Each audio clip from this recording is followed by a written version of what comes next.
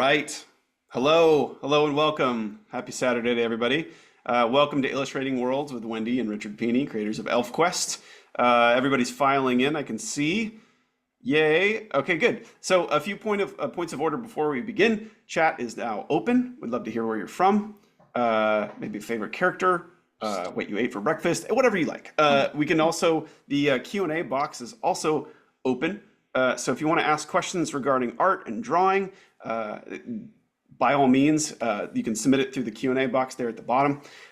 Finally, if you have a meet and greet ticket, just stay right here and we will commence meeting and or greeting following this workshop right here.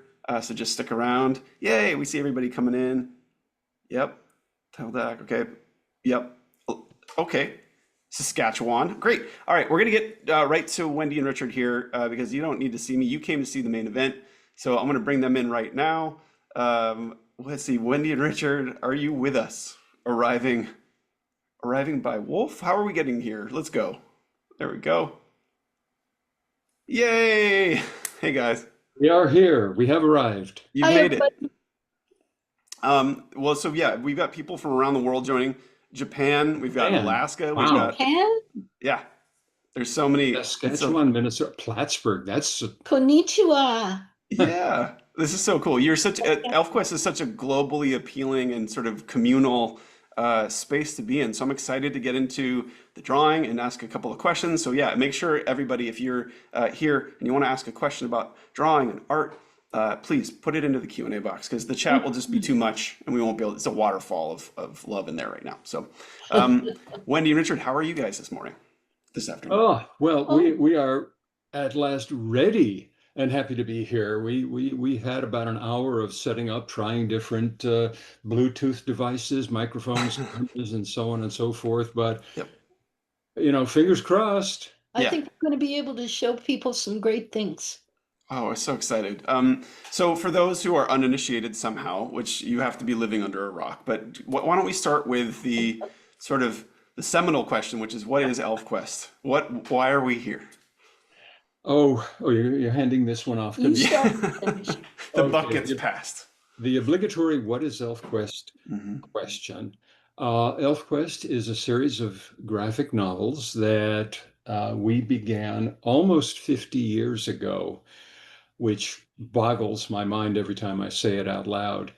It is the ongoing story of a group of feral forest-dwelling elves called the Wolf Riders, their adventures on this strange world with two moons, their various journeys and quests to find other elves of their race to find safe places to live Mm. and to find out who they really are because it's not obvious from the beginning. Yes, what makes ElfQuest different from all other comics that are produced in the West is that it's not about good versus evil. It's not about good guys and bad guys. Yep. It's about knowledge versus ignorance. Mm, And the quest is to gain knowledge, as Richard was saying, about who they are, who they really are, what their origins are, yeah. and where they really belong. And uh, I think anyone can relate to a feeling of alienation and not being sure of where they really belong. And there are many people out there who belong to groups who are persecuted simply because they are who they are. And the elves represent that. Yeah. The elves represent a group trying to survive in a hostile world.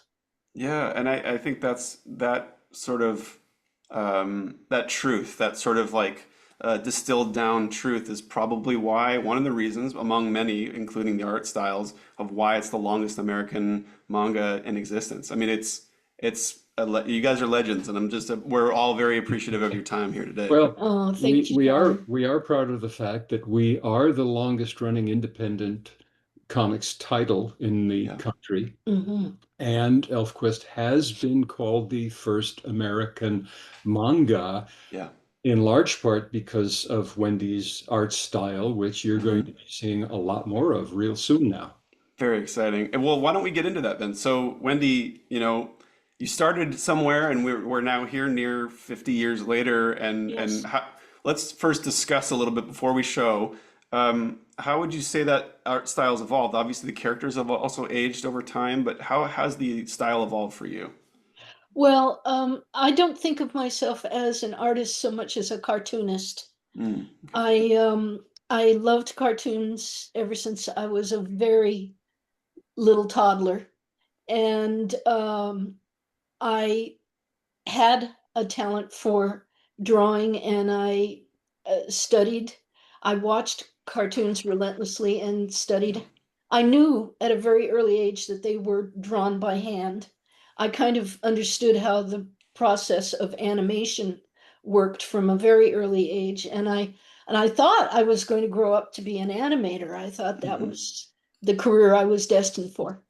Right. And I just drew and drew and drew every single day, practiced the art of cartooning. And yes, I did also draw from reality. I did also go out and draw people and things, because the main thing is in order to break the rules in Yeah. cartooning, you need to know what the rules are. You need to know the rules of anatomy before you can do the stretch and squash of animation. Yeah. And these are all things I taught myself. I am a self-taught artist. I took a few art classes, but failed most of them because Yeah. I just wanted to go my own way, and I really frustrated my teachers. Nice. That's the kind of rebellious spirit we need in art, right? Like I think, and your point about knowing the rules first. I mean, like Yes, we look at famous artists, classical or otherwise. We see, Picasso was an extremely talented fine artist before he decided to sort of violate the art itself and develop a new yes. style. He had to become a master at that before he could change it, right? Absolutely. He certainly was, by certain standards, an artist of the ordinary to begin with, and then he hmm began deconstructing, Yeah, and he got into exactly. cubism, and forged a path for himself that no other artist has matched or been able to imitate. It's true. I'm thinking of Jack Kirby right now, who was hmm my Western sensei. I had two senseis. Okay. I had Osamu Tezuka, hmm the considered the Walt Disney of Japan, and then I had Jack Kirby. And anyone familiar with Jack Kirby's art knows that it's highly surrealistic and stylized, and has absolutely nothing to do with ordinary human anatomy. And yet Jack knew the rules. If you look at his early work, if you look at his sketchbook from his war days, he was an incredible realistic artist. Yeah. And out of that grew his superhero style. I'm sure part of it was he had to meet deadlines. He Yeah. was constantly under crunch. So he developed this shorthand of Yeah. depicting action and values of light and dark and that sort of thing. And I picked up on all of that and incorporated it into my own work. So my work is a combination of manga and anime style and good old solid Jack Kirby. Oh, I love it. I love it. Well, let's take a look real quick because the evolution, just to sort of paint the picture of sort of where we started and maybe chat about each step here. But we've got a couple of images here from the very early days here. Let's take a look. Can everybody see? Yeah, there it is. So we've got this early. This is from the first issue. This is Yeah. this is a panel from the very first issue. As Wendy has said, her style is unique. It blends the lightness of Eastern manga and anime with the weight and the mass of the power of somebody like Jack Kirby's Mm, Western superhero comics thing. Mm. You can see that, I think, in this what very early shot of Cutter. There's power, but there's also that otherworldliness. yeah. Yeah. Yeah, the elves need to by their appearance, they need to immediately convey to the reader that they're not quite human.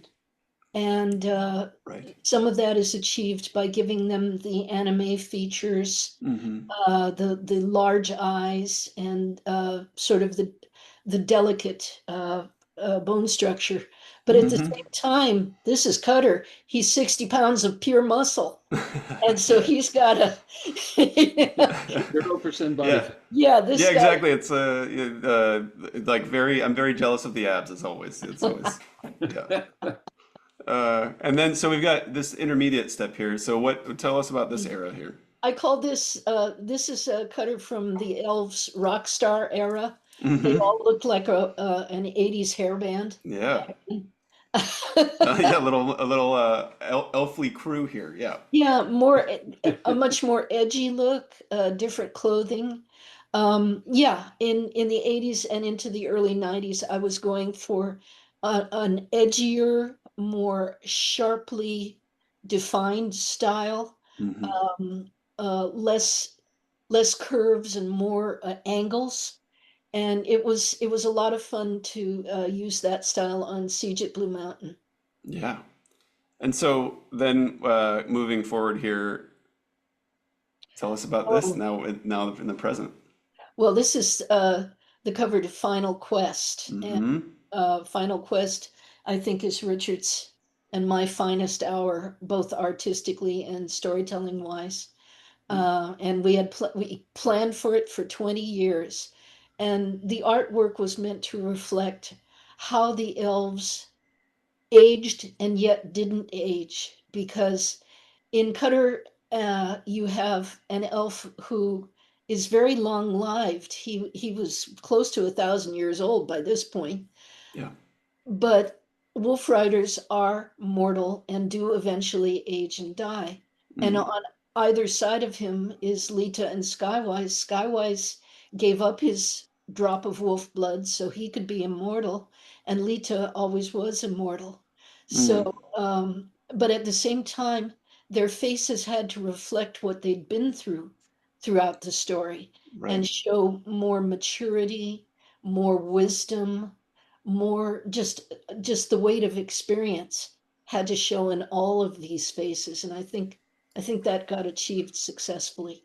I'm already seeing in the chat, and I have a feeling this is going to happen for everybody. People are saying I need to go back to drawing. I need to by the end of this event, I have a feeling there's going to be a lot of artists back to art today. So that's it's very exciting. I hope Um, so. I hope yeah.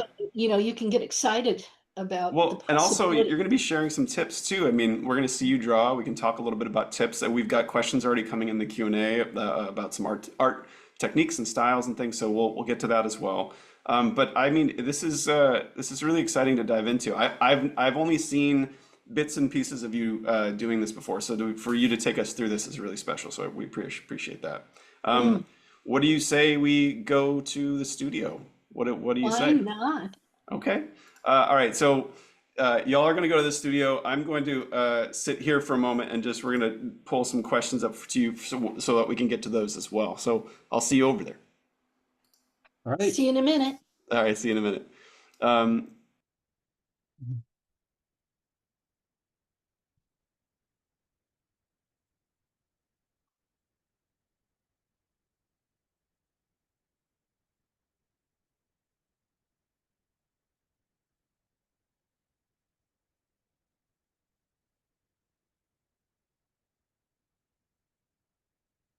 You're muted.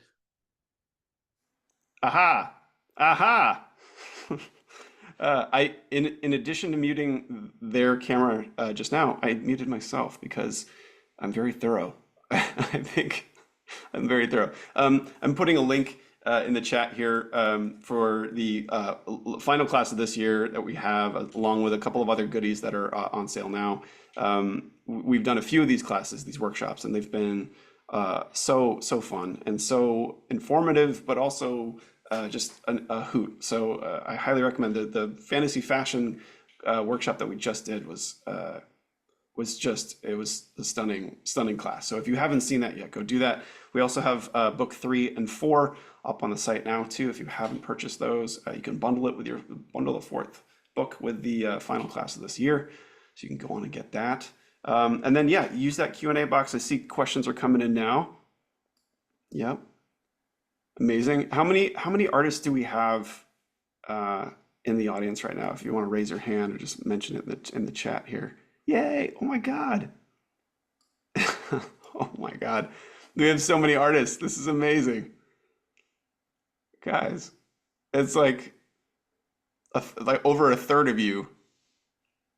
An artist, I would say, how they're an artist is one who creates any kind of art, and that that doesn't necessitate having a degree. That doesn't like actors. A lot of actors are like, once I act in something big, then I will be an official actor. No, if you act, you're an actor. If you draw, you're an artist. Period. Comic book creator, artist, multiple mediums. That's so cool. Amazing. All right, let's see. So we've got camera coming in here. Huh. All right, draw cam. Let me just. All right. Wait, how did you? Okay. Boop. Wrong cam. You got to do the other one. Okay, hold on one second. We've got Everybody, draw. we're just trying to get Wendy and Richard's camera on here. Let's see if we can get that going here. I can't wait to see that. Oh, yay, we're There here. we go. Okay.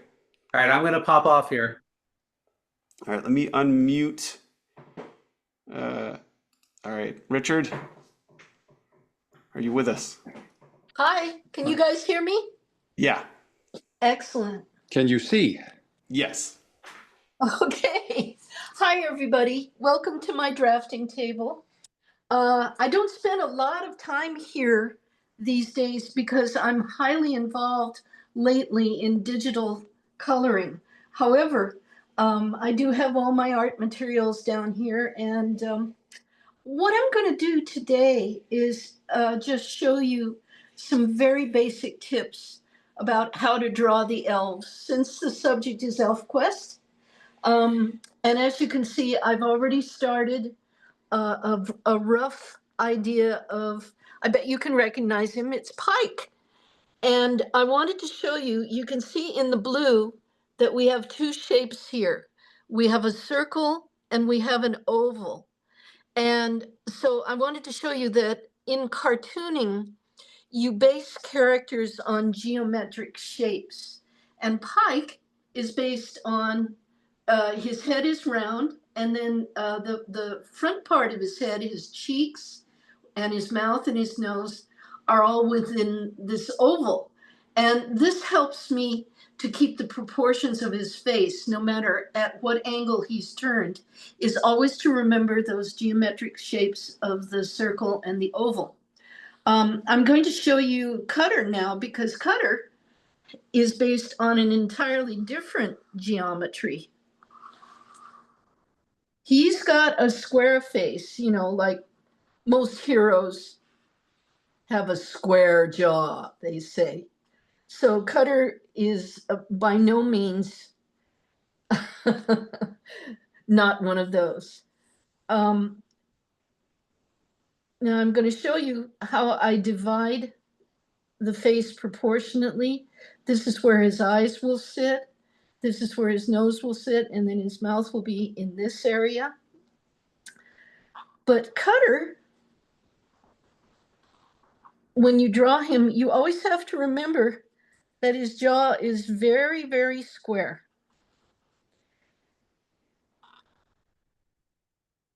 The chin comes down from there. Here's his forehead. And then you start with the hair. You set that up. Very shaggy.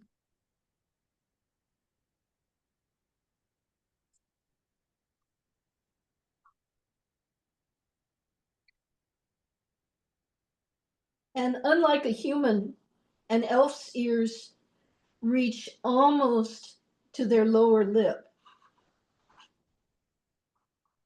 I suppose in some humans that's true too, but I haven't seen too many of those. All right, so now I have my lines to help me here about where to put Cutter's nose. And one thing I want you to observe is that I'm drawing with my whole arm.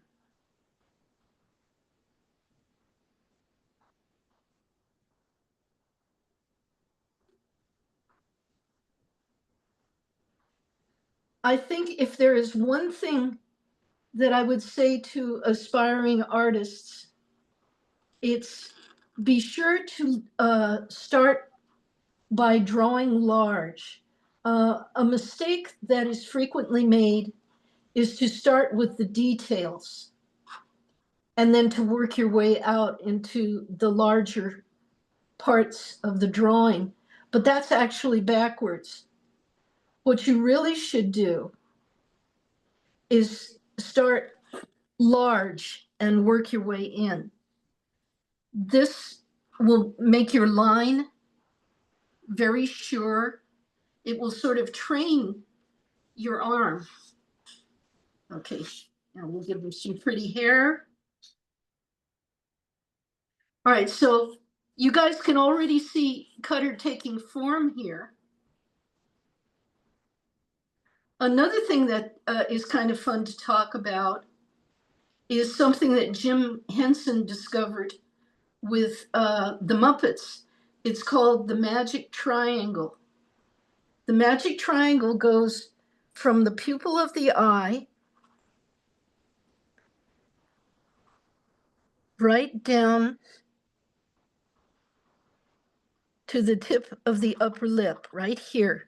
And as you can see, it's an equilateral triangle. And Jim Henson discovered that when you position the eye pupils and the tip of the upper lip in this fashion so that you get an equilateral triangle, your character will always look like it sees. When characters have really large eyes, and I'll just give you an idea of how to draw an elf eye here. You can see that it's very almond shaped and that we have a really strong line of beauty here. We have an S curve. You want to start with that in creating an elf eye, and you can give them an upper lid if you want, or not. Then the eyebrow. Everything is very for the elves is very wing-like. And again, you see that I'm drawing with my whole arm. All right, I think this is probably going to be a feminine eyes. So we'll make it very beautiful and sparkly.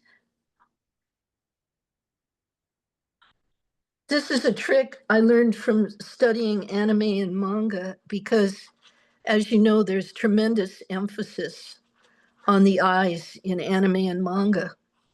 Is you kind of want to put a shadow just under the lid, almost as if the lid is overhanging the eye. Wendy, we have some questions too from the audience, if you don't mind, while you're drawing. I would love some questions. Excellent, excellent. So Andy asks, do you have warm-up exercises or recommendations on how to sort of break an art block? What I'm doing right here. This is how you warm up. Yeah. I want you to work large. I want you to get yourself a very large tablet. This is 30 inches by 24 inches. And I want you to practice drawing with your whole arm. Even a character like, let's say I want to do Cutter in profile, and I only want to do him this large. Okay. But you want to practice by doing it that large. You just want to get a feel for your line that way. There is no better warm-up for you as a cartoonist, as a comic book illustrator in the world than to connect with what your whole arm can do and the movement that you can get into the drawing. You see, if you work really, really tight, you're like, I'm gonna try and work tight here because I'm not used to it. But if you just get in there and it restricts you. Mm-hmm. See, I can't work that tight. I have to go out and yeah, just free my arm up here and just see, Mm-hmm. because when you learn to work loosely and large, then you can get an awful lot more comfortable with detail. Yeah. You develop strength in your line, and you begin to realize that you don't need that much detail to convey what a character looks like. Right. All right, And for those who don't know, why work with your whole arm versus like the tiny wrist movements? Like what benefit is that for an artist? can you ask again? Oh, so using the whole arm, Karen in the audience asked why the whole arm? She just was wondering about the reason for that. Well, Karen, if you were watching me work, you could see how the character evolved out Mm, of the sweeping movements of my arm. That way I trained myself to just know the shapes. And yeah. then when I tighten up, let's look at Lita, for example. Lita is based, interestingly enough, we had a square and a circle and an oval, but Lita is based on a heart, you see. And so, as you can see, I had a lot of control in drawing that heart shape by using my whole arm instead. If I were trying to draw that heart shape with just my wrist, it would be like that. And it doesn't give me enough room to get a sense of the character's real proportions. Okay, so let's bring Lita on stage here. Start with her cheeks. Now, again, I'm working very roughly, but Lita doesn't have a square jaw like Cutter does. She has a heart-shaped face.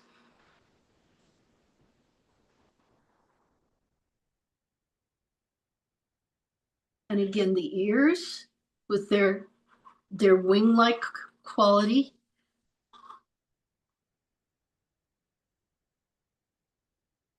So going back to the idea of warming up, you can see how this is kind of like an athlete exercising with big, big backflips or big, doing large things with their body. This is the Yeah. same idea. It builds your strength. It builds your ability to see. See, Lita has a widow's peak, so that heart shape really works for her.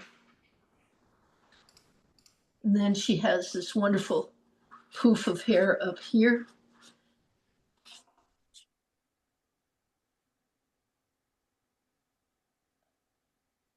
Lita has a lot of round shapes, which are in some senses considered more feminine. You see how she's coming to life here?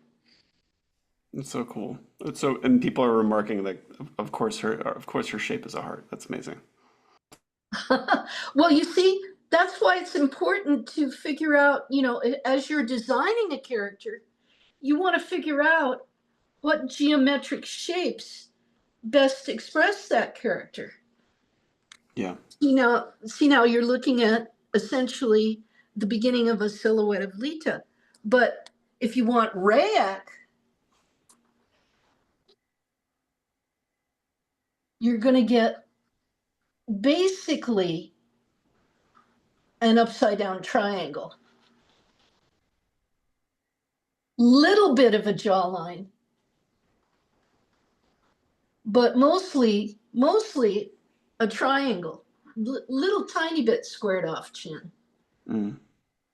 And that gives him, see, where Lita is all curves, you've got Rayak, who is very angular compared to most elves. He has sharp cheekbones.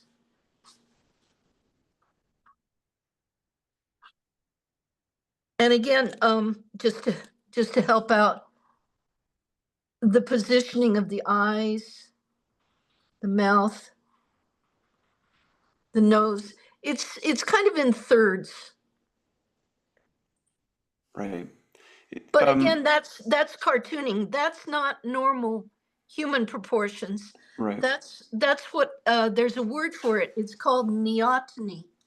And whether it's a grown elf like Lita, you see she has the very large eyes, like this.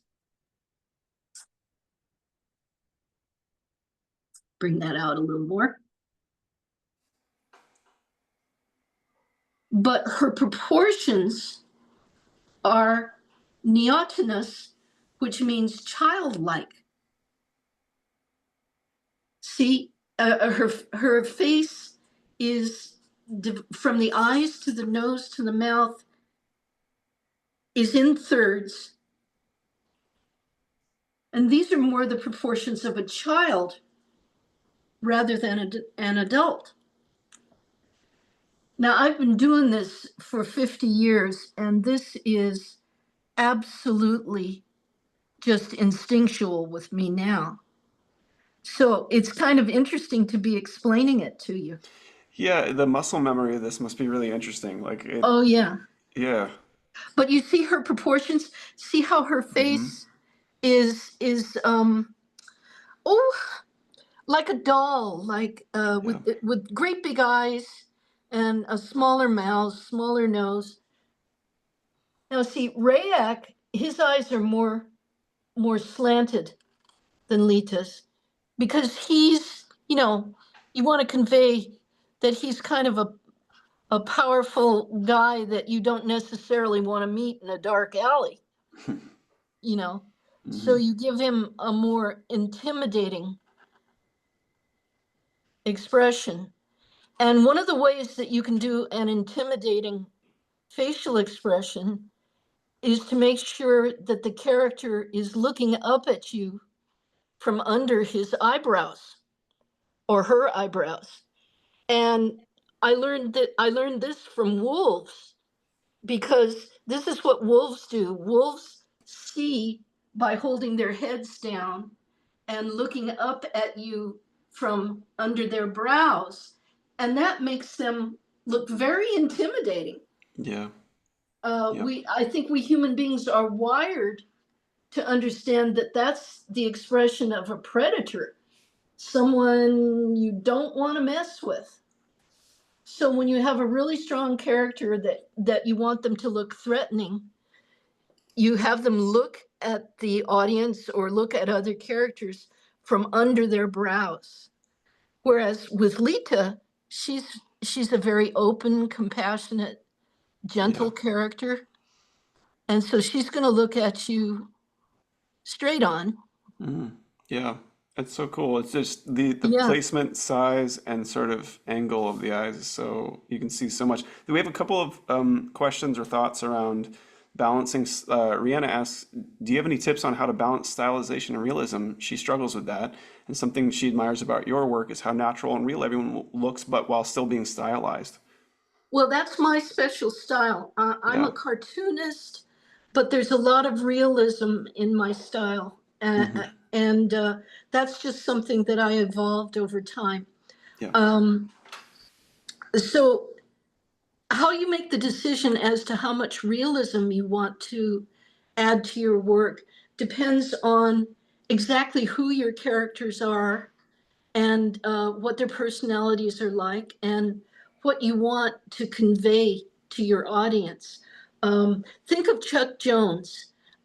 Chuck Jones's wonderful characters, you know, Bugs Bunny and Gossamer the monster and all of those characters. They were very broadly drawn, and they spoke to the audience through their facial expressions and broad body language, and just highly animated, and just an enormous amount of stretch and squash. And going back to Pike, which you saw me do the basics of earlier, Pike is our most animated elf. He's very stretchy and squashy. But characters who are more, let me use the word dignified. There's more realism in characters like Lita and Rayak and Strongbow, because they tend to be more subdued and more dignified. They have authority. They have powers that they are aware of, and so you want to convey that by having them be less kinetic, less stretchy and squashy. That's how you decide if your character has a big personality and they're funny, like Shaggy from Scooby-Doo, that he's really stretched out and he can do all these crazy antics. But another Scooby-Doo character, for example, oh gosh, I can't remember the name of the redheaded girl. Oh, Daphne? Daphne. Yeah, yeah. If you want Daphne, then Daphne is more kind of a classically proportioned, attractive girl, teenage girl, and she doesn't do all those big gestures like Shaggy does. So you just have to decide what your character is like. You have to know them inside out, and then you can give them the personality through the line work. Speaking of that, you have sort of a signature technique, this like line of beauty. Do you want to talk a little bit about that? There's like this beautiful, the S curves, like Well, so yeah, it's stunning. the line of beauty is that, Hmm. and the more you can do that with your whole arm, the better. Yeah. You should just stand and practice doing the line of beauty. First of all, it's wonderful. It's very Japanese, with the Yeah. sumi painting. This is. I remember I was in Japan and I was drawing with some other cartoonists, and I was doing this, and one of them said, "Are you Japanese?" Because the line of beauty is just intrinsic to anime and manga style. Mhm. So let me move on from this page.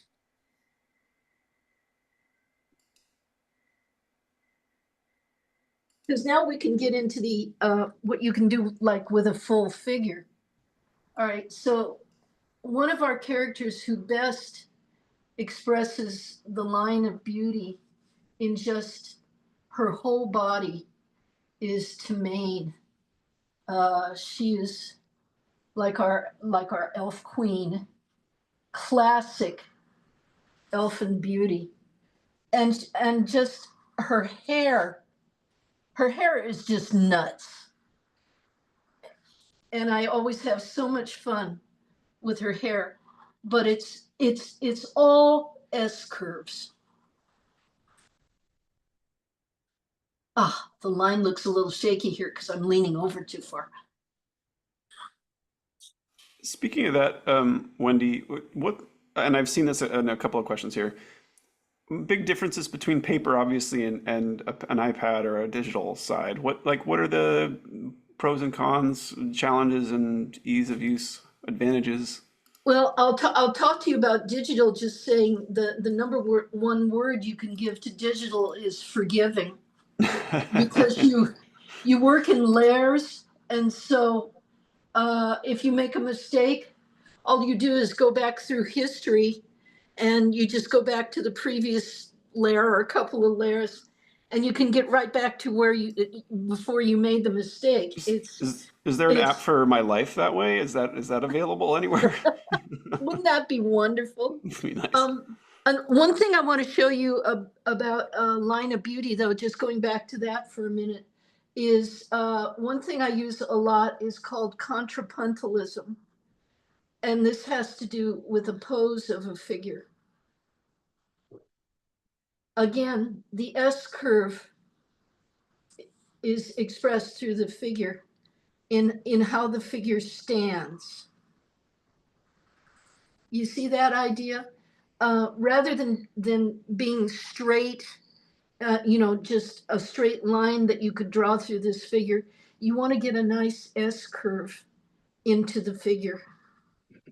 And this really does, it seems like we human beings are hardwired to realize that something that is a little curved, a little balanced one way and then another, there seems to be a hard wiring in us to recognize that as something beautiful, something that's just, straight like a hieroglyph, just a figure like that.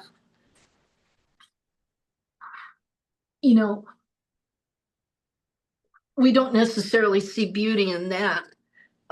You could see power in that because it's a slight diamond shape. Again, I'm going back to geometric shapes here because that's how I think as an artist. I will see the basic geometric shape in something and then build the character on that. But just to finish talking about digital drawing isn't that much different from drawing like this, except that you are limited by the size of your screen. You can't necessarily draw with your whole arm like I can draw here. And so you do have to work within some limitations that you don't have when you have a canvas that can be any size you want. Digital, using a stylus is just as comfortable as using a pencil or pen. And if you work in Photoshop, you have your choice of so many tools. It's just breathtaking how many tools are at your disposal.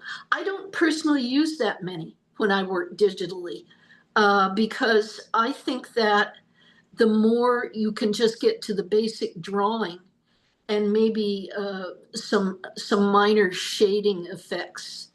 The more simple you keep it, the more, I'm going to use the word original, you keep it, because what you may notice if you look at digitally colored comics nowadays is you can recognize certain filters that the artists are using. You can be reading a Spider-Man comic and you'll see a lens flare effect, or you'll see a certain kind of lighting effect, and you'll say, oh, that's Photoshop, that's that particular filter.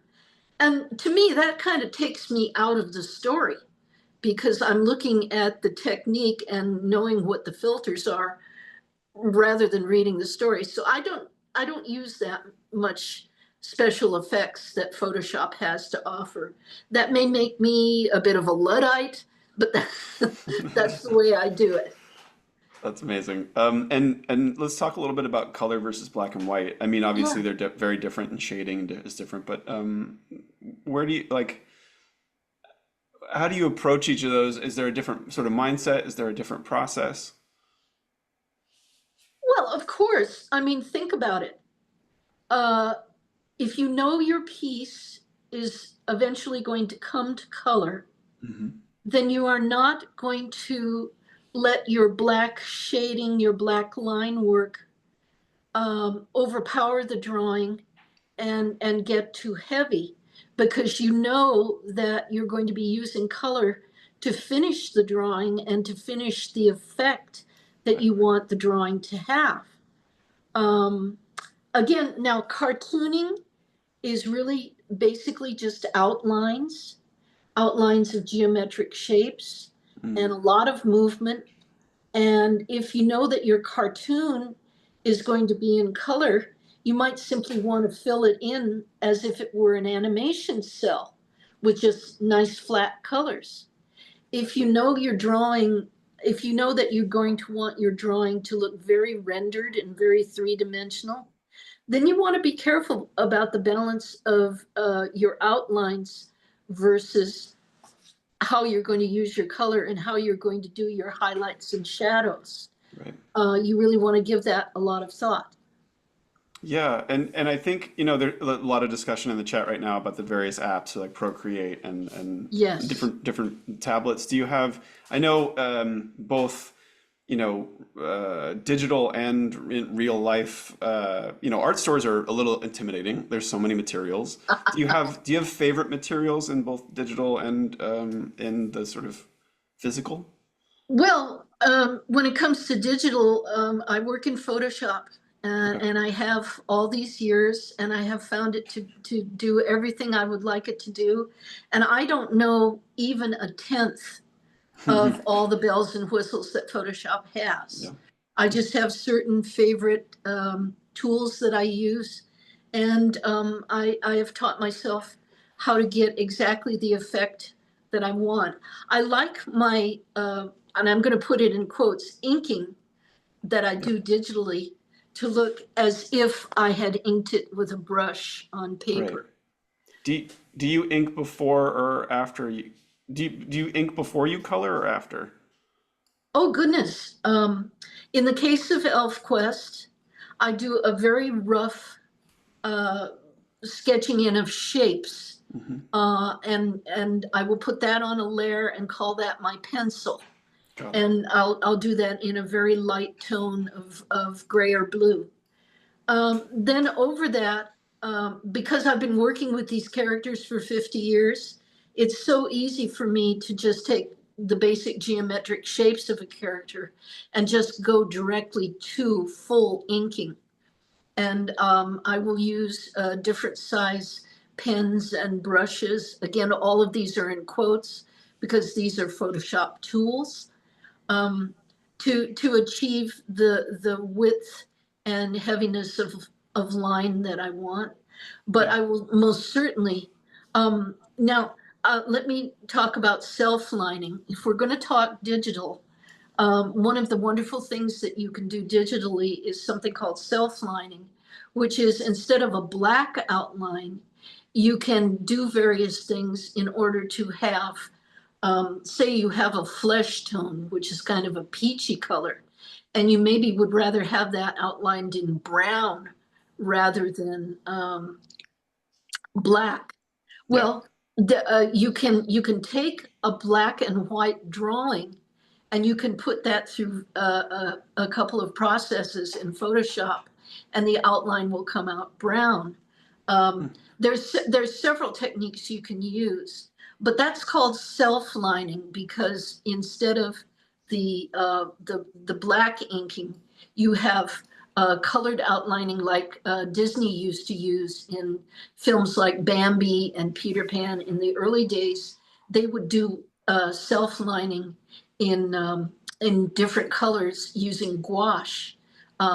They would have the inkers ink on cell in gouache paint, um, and usually the flesh colored parts of the characters would be outlined in brown rather than black. So that's an Amazing. example. Well, what's great too is in the chat, everybody's that we. I mean, I had everyone raise their hand when you guys went to the studio to say, "Are you an artist?" And over a third of the people raised their hand, and they're all sharing. This is such a lovely art community. They're all sharing like what apps they use, like the materials Hmm. they use. It's such a cool thing to see artists sort of comparing notes. It's really cool. So thank you for sharing all of the lovely Yes. information. Is there anything else you wanted to share before we moved on to our meet and greet session? Actually, I've just shown you some really, really simplistic basics. Yeah. And again, I just want people to know that it's important to set yourself free from working too tightly. Yeah. You really want to have freedom in your line, um, and that will actually set your characters free for a lot of motion and a lot of action, which seems to be essential to comic art. If a lot of the folks out there are interested in doing their own comic art, then think in terms of animation, think in terms of motion, of action, how the body moves, and study from real life. Absolutely, absolutely draw from life. Go to the zoo, study animals and how animals move. It's so important to develop that eye for line and motion um, and as you, for example, maybe you're looking at a rhinoceros in a zoo.